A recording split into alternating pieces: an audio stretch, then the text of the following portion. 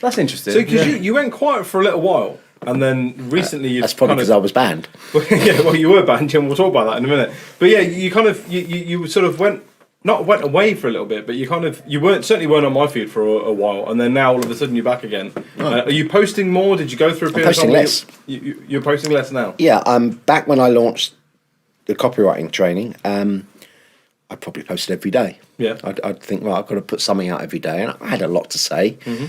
You know, I post less nowadays because I think, well, there's a lot of things I've said before, so I'm reworking old content. There's a new audience every time, right? Well, yeah, people say that, but in my mind, I'm always thinking, oh God, these people have seen this before, or it's that guy banging on about recruitment marketing again, or job advertising, because that's the term I tend to get bracketed with, is job ads rather than recruitment marketing, because you know my ability in that area is broader than just job ads, but we focus on job ads. You're known as the job ad guy. Well, that's where the rubber hits the road, so I think that's where most of the work needs to go, because that's the return on investment. The other stuff is much harder to measure, essentially. So yeah, I don't post as much, probably twice a week in general, but I still go there every day and I read lots and lots of other people's content. That feeds the content then, doesn't it? Because you can kind of, and these are the trends that people are complaining and about. I like seeing people sort of building an audience as well. Yeah. There's a handful of people that I'm really, really like at the moment. In fact, I'm going to name drop them, can I? Yeah, of course. If we're not on that, then no. Well, I'm here, aren't I? Come on. It's kind of an endorsement. But look, there's a guy called James Hornick, works for Highwell in the US. I think he's in Chicago. There's Nate Guggia, both great thinkers.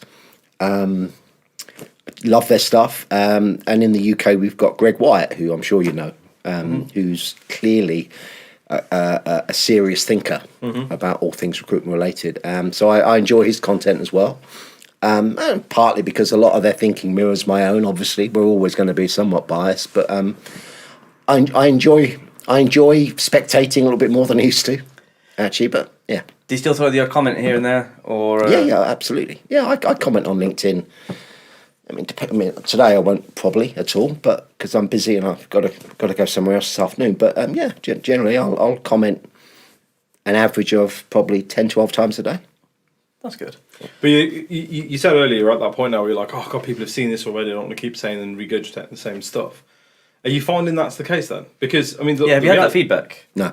No, I was going to say, do you know, that's like this is kind of the marketer in me coming out, but that's completely incorrect. Yeah, I know. You know what I mean? I know, logically you're right. But we look at the Go Compare guy, for example, right? Yeah. That guy was singing that Go Compare stupid song for fucking years, right? And then to the point where he was like, I'm going to disappear for a bit. And then he came back and they were like, actually, that's what we're known for. That's what we're synonymous for. So let's just keep banging that drum. I was thinking more of the case that, because I have this conversation with BB a lot as well, where it's sort of like, you put something out, don't look at the vanity metrics, don't look at the likes, the shares, and all that sort of stuff. Look at the actual impressions, right? And the impressions will tell you the story. So if you've got a following of 5,000 people and only 500 impressions, well, only 500 people in your network have seen that, or in your wider network have seen that.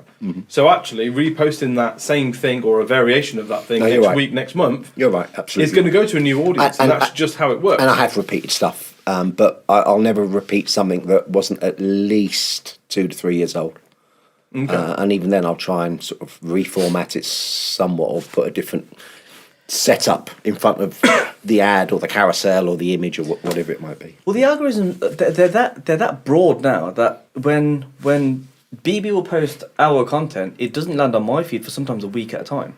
Right. Because yeah, I'll get that. It's starting happening more and more now, where I'll get a like on something that I did a week and a half ago, and I'm like, bloody hell, you only just seen that. Yeah. Like, it's just sort of filtering its way through. Do you know what? I haven't even attempted to work out the algorithm. I just take what comes. By the time you need to figure it out, you'll change it. I've heard that as well. There's so many people out there. Really bugs me, right? In the there's like LinkedIn is full of these charlatans of like gurus and life coaches and performance coaches and that kind of thing, and they don't even know how the algorithm works. Like because they change it that often, but people just aren't willing to accept it.